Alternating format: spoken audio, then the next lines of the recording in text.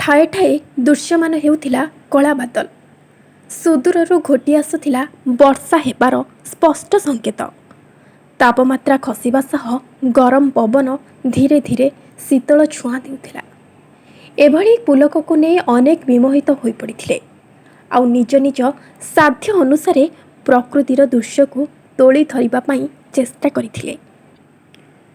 ଅନେକ କହିବା ହେଲା ମୌସୁମୀ ପହଞ୍ଚିବା ପୂର୍ବରୁ ସଂକେତ ଇଏ, ଅର୍ଥାତ୍ ପ୍ରାକ୍ ମୌସୁମୀର ସ୍ପର୍ଶ।